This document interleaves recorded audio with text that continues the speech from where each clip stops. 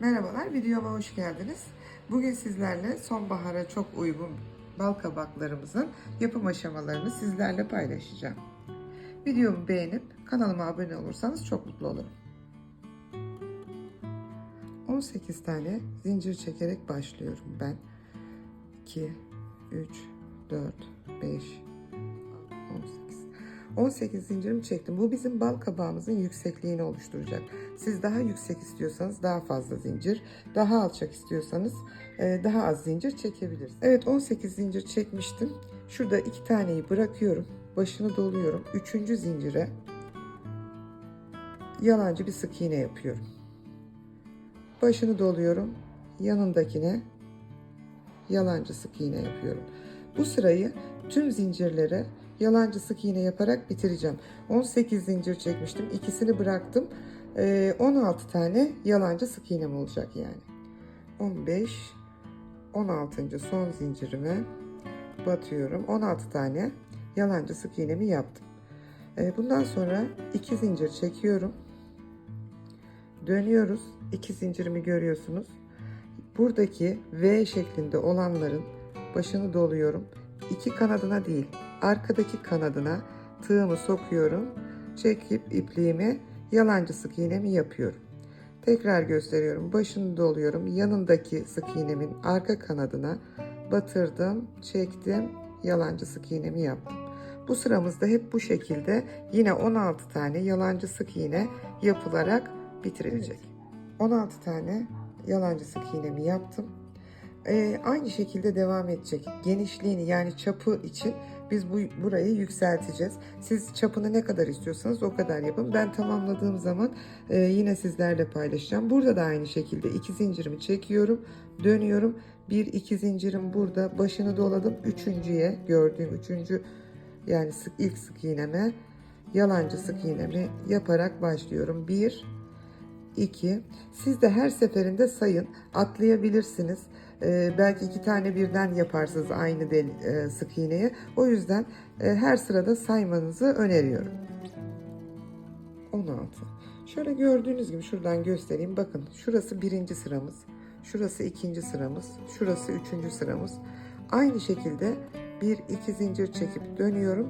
Buradan başını dolayıp devam ediyorum. 4. sıramdayım. Bu yükseltiyi biraz daha yapayım ben.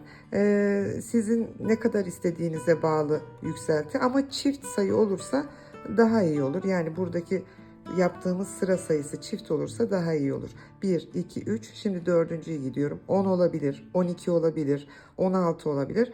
Bu çapının genişliğini ne kadar istediğinize bağlı. Evet, ben tamamladım. Çapını bu şekilde yeterli buluyorum. 20 sıra yaptım. Şimdi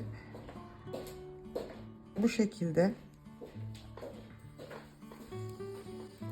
getirip iki tarafı birbiriyle tığımla birleştireceğim. Kısa kenarı. Evet, şuradan batırıyorum. Karşı tarafa batırıyorum tığımı. Bunu zaten biliyoruz. Diğer işlerimizde de yapmıştık. Çektik.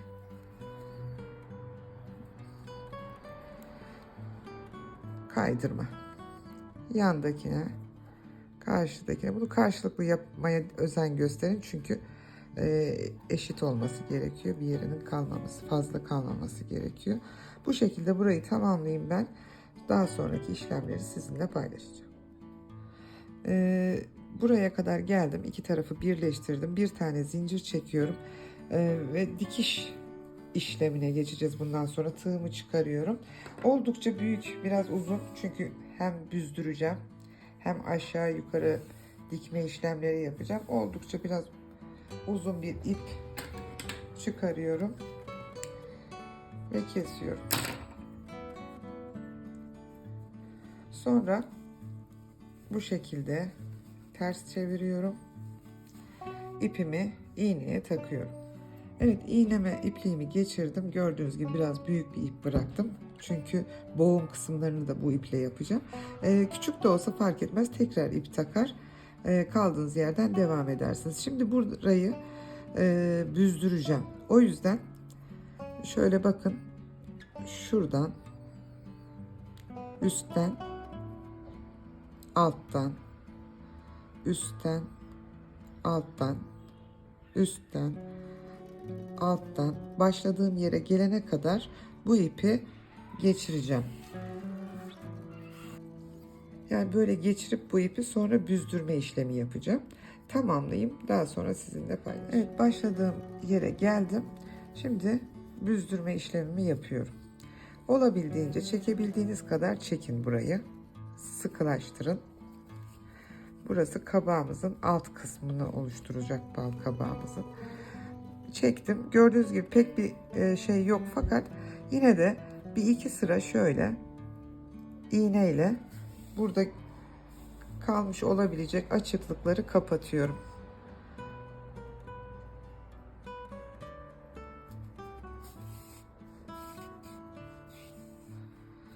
Evet, bakın burada herhangi bir açıklık kalmadı. Şurada biraz kalmış. Bunu da böyle geçiriyorum. Siz de kontrol edin. Herhangi bir açıklık kalmasın. Evet, tamamladım. Tamamladıktan sonra iğnenizi tam bu alt ortadan geçirip yukarıya iğnenizi çıkarıyorsunuz. Yani şu şekilde. Arkası böyle, bura böyle. Buraya isterseniz elyaf, isterseniz pamukla dolduruyorsunuz. Evet, ben evde pamuk varmış, pamukla doldurdum. Siz elyaf da olabilir, pamuk da olabilir. İyice doldurduğunuza emin olun. Her tarafına eşit bir şekilde doldurduğunuza emin olun. Daha sonra bu kısmı da bu aşağıya yaptığımız gibi büzdürme işlemi yapacağız. Yani ipimizi bir yukarıdan, bir alttan, yani bir içten bir dıştan, en üstte gördüğünüz şu kısımlardan geçireceksiniz.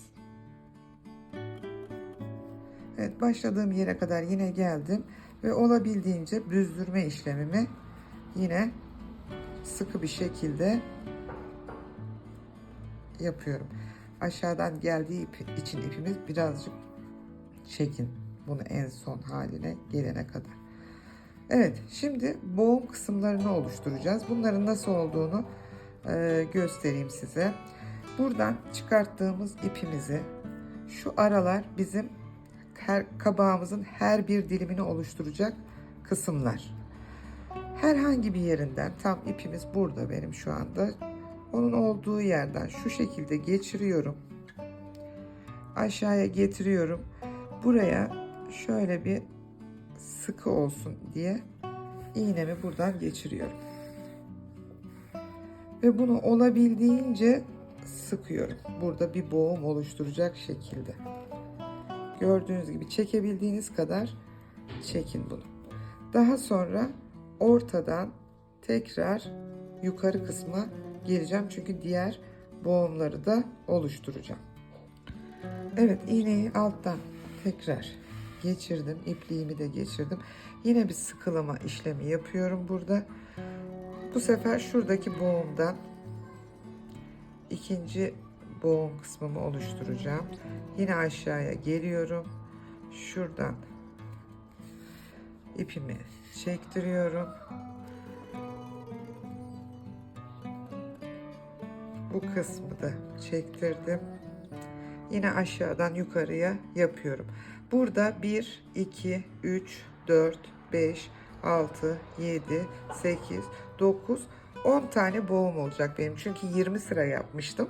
10 tane bu şekilde kabağımın boğumları olacak. Ben bu şekilde, aynı şekilde tek tek yapacağım. En son kısma gelince yine sizlerle paylaşacağım. Evet, ben 1, 2, 3, 4, 5, 6, 7, 8 tanesini tamamladım. Şimdi sonunu bir daha gösteriyorum size. Yukarıda ipimiz tam bu orta çizgiden aşağıya getirdik. Şu kısımda iğnemizi sıkılaştırdık, ipimizi buradan. Daha sonra iğnemizi alttan tekrar batırıp üst kısımdan çıkarıyoruz ve tekrar şuradan iyice sıkılıyoruz. Bakın, sıkıladıkça zaten içine doğru geçtiğini görüyorsunuz. Bal kabağımın alt kısmını tamamladım. Şimdi bu ipi de buradan bir iki şöyle batıyorum. Arasından geçiriyorum. Bunu burada sıkılaştırıyorum. Şöyle çektiriyorum. Ve bunu alta tekrar batırıp çıkarıyorum. Çektirerek ucundan kesiyorum. Evet, şuradan kestim. Gördüğünüz gibi gözükmüyor. Şimdi tamamladım. Üst kısmına yeşilden bir parça yapacağım. Onu da sizlerle paylaşayım. Ben bu rengi yeşil bir ip düşündüm şurasının için. Siz nasıl bir renk isterseniz onu kullanabilirsiniz. Sihirli halkayla başlıyorum. Küçük bir birleşme yeri yapacağım oraya. Sihirli halkamı yaptım. İlk sıraya 8 tane sık iğne yapıyorum. 1 2 8 halkamı sıkılaştırıyorum iyice ve şurayla birleştiriyorum. İkinci sıramda 8 tane sık iğne yaptım buraya. İkinci sıramda bir sık iğnenin üzerine, ilk sık iğnemin üzerine 2 tane, 1 2, ikinci sık iğneye bir tane, üçüncü sık iğneye 2 tane, yani bir çift bir tek olmak üzere 8 sık iğnemin üzerini dolduruyorum. Yani ikinci sıramda 16 sık iğneden oluşacak. Tek. İkinci sıramı da tamamladım. 16 tane sık iğne yaptım. Bitti. Bunu bu şekilde kapak gibi kullanacağım. Bir zincir çektim. Yine dikeceğim için bu ipi biraz büyük bir şekilde çıkarıp kesiyorum.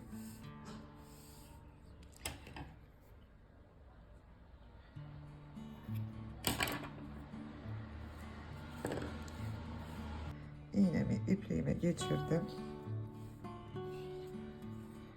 Şöyle bunu kapak gibi buraya koyuyorum.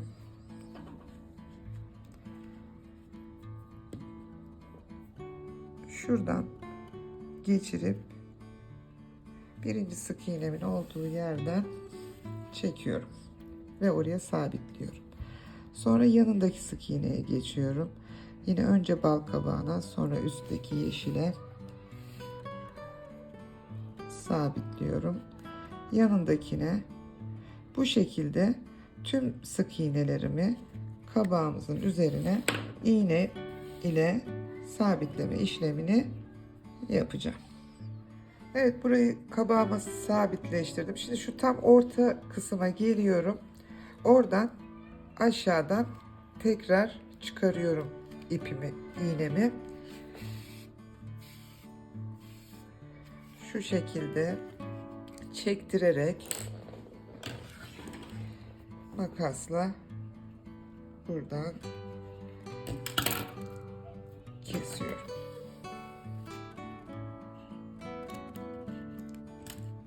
Evet, balkabağımız bitmiş hali bu şekilde. Evet, ve balkabağımız bu şekilde. Ben bir tane daha yapmıştım. Onu anahtarlık ucu takarak anahtarlık olarak kullanıyorum. Siz de isterseniz anahtarlık olarak kullanabilirsiniz. Anahtarlık olarak kullanmak isterseniz dikiş sırasında bu kapak kısmını geçirdiğiniz sırada şu halkaya iğneyle geçirip halkayı buraya tutturabilirsiniz. Ya da çanta süsü olarak kullanabilirsiniz. Dekorasyon amaçlı kullanabilirsiniz. Nasıl kullanmak istediğiniz size kalmış. Kabaklarımız bu şekilde çok tatlı oldular.